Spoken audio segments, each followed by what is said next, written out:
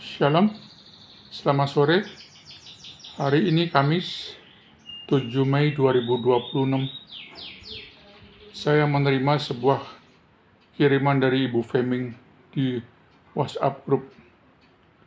Sebuah kisah yang mewakili kita berkisah.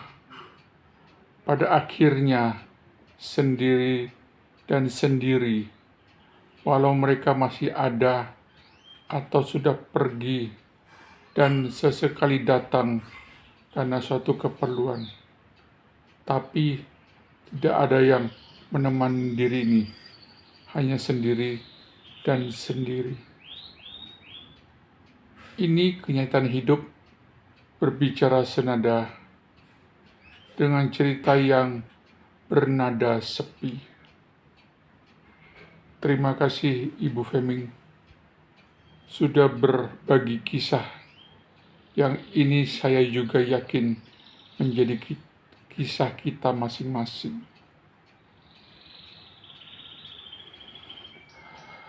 Adalah suatu kebahagiaan terbesar bagi seseorang di dalam hidupnya selesai di dunia ini saat semuanya kita rasakan masih ramai dan mengelilingi kita.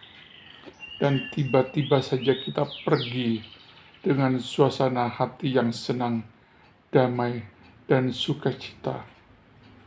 Sungguh indah, tidak seperti kisah yang dibagikan oleh Ibu Feming itu.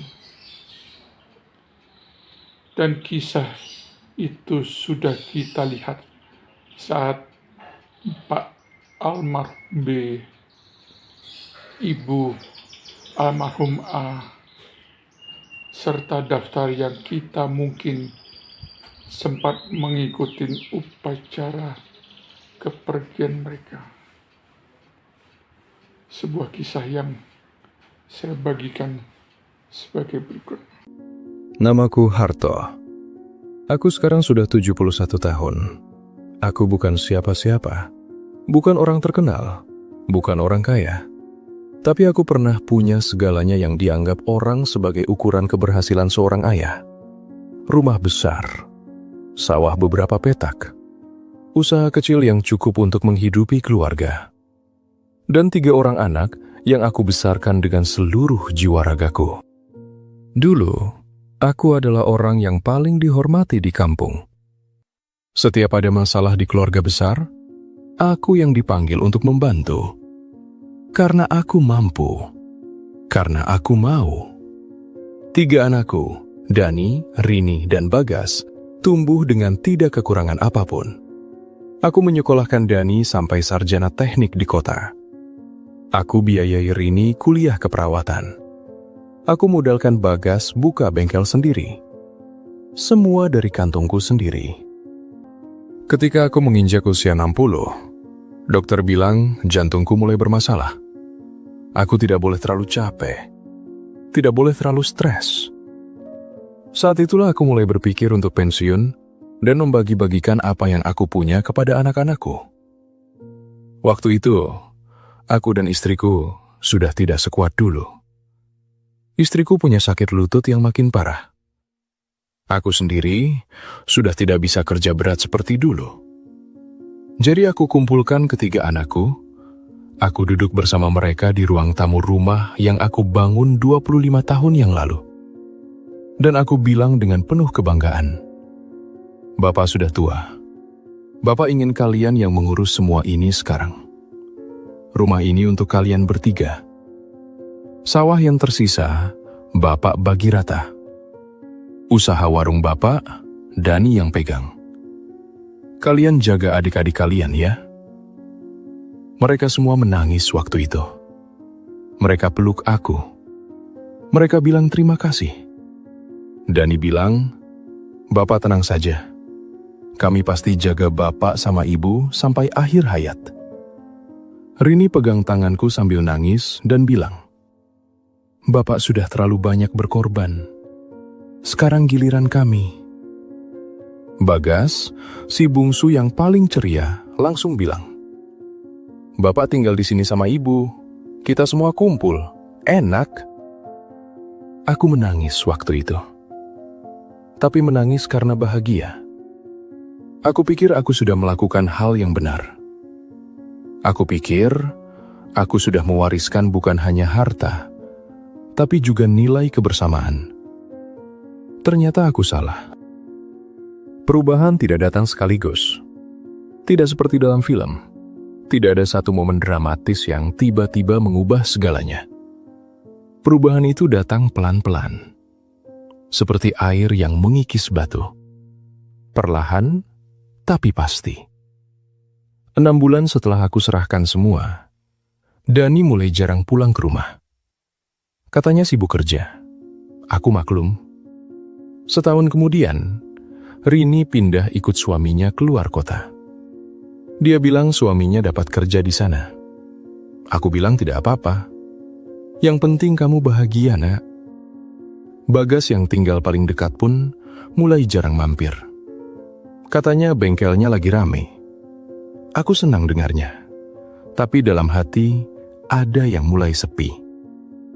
Lalu suatu hari, Dani datang dengan wajah serius. Dia duduk di depan aku dan bilang sesuatu yang tidak pernah aku sangka. Pak, gimana kalau Bapak sama Ibu tinggal di rumah kecil belakang saja? Biar rumah depan bisa kami pakai lebih leluasa. Toh rumah belakang juga ada kamar mandi sendiri, ada dapur. Lebih tenang juga buat Bapak. Aku diam lama sekali. Rumah belakang itu adalah gudang yang dulu aku renovasi kecil-kecilan. Ukurannya tidak sampai 1/4 rumah utama. Tapi aku tidak mau ribut. Aku tidak mau jadi beban. Jadi aku bilang, ya sudah, tidak apa-apa. Istriku menangis diam-diam malam itu. Dia tidak bilang apa-apa padaku. Tapi aku dengar isak tangisnya dari balik selimut. Dan aku, yang seumur hidup tidak pernah nangis di depan orang, malam itu aku menangis sendirian di kamar mandi. 2 tahun berlalu setelah kami pindah ke rumah belakang. Istriku sakit makin parah. Lututnya sudah tidak bisa dipakai jalan jauh. Biaya obatnya cukup besar setiap bulannya. Aku coba minta bantuan ke Dani. Dia bilang, "Iya Pak, nanti ya. Lagi ada kebutuhan anak-anak juga." Aku minta ke Rini. Dia bilang, "Bapak minta ke Mas Dani saja dulu. Kami lagi ada cicilan." Aku minta ke Bagas. Dia bilang, "Bengkel lagi sepi Pak, maaf ya." Aku tidak marah. Aku mengerti, mereka punya kehidupan masing-masing. Tapi kemudian, di suatu malam yang aku tidak akan pernah lupa, istriku memanggilku pelan. Dia pegang tanganku. Tangannya sudah kurus. Kulitnya sudah keriput. Tapi matanya masih sama seperti waktu aku pertama kali jatuh cinta padanya 45 tahun yang lalu. Dia bilang, "Pak, Ibu minta maaf ya. Ibu tidak bisa bantu Bapak lagi." Aku tahu apa maksudnya. Aku bilang, "Ibu jangan ngomong begitu." Dia tersenyum lemah. Dia bilang, "Pak, satu hal yang Ibu sesali. Kita terlalu mengutamakan anak-anak, sampai kita lupa mengutamakan diri kita sendiri. Seharusnya kita juga punya tabungan untuk kita berdua. Maaf ya Pak, Ibu tidak pernah bilang ini dari dulu." Seminggu setelah malam itu, istriku pergi. Dan aku, di usiaku yang 68 tahun waktu itu, berdiri di pemakaman istriku seorang diri karena Rini tidak bisa pulang. Katanya tidak ada tiket. Dani datang, tapi langsung pergi lagi setelah prosesi selesai karena ada meeting. Hanya Bagas yang menemani, tapi dia pamit sebelum maghrib. Malam itu, aku pulang ke rumah belakang yang kecil itu seorang diri. Dan untuk pertama kalinya dalam hidupku, aku merasakan sepi yang sesungguhnya.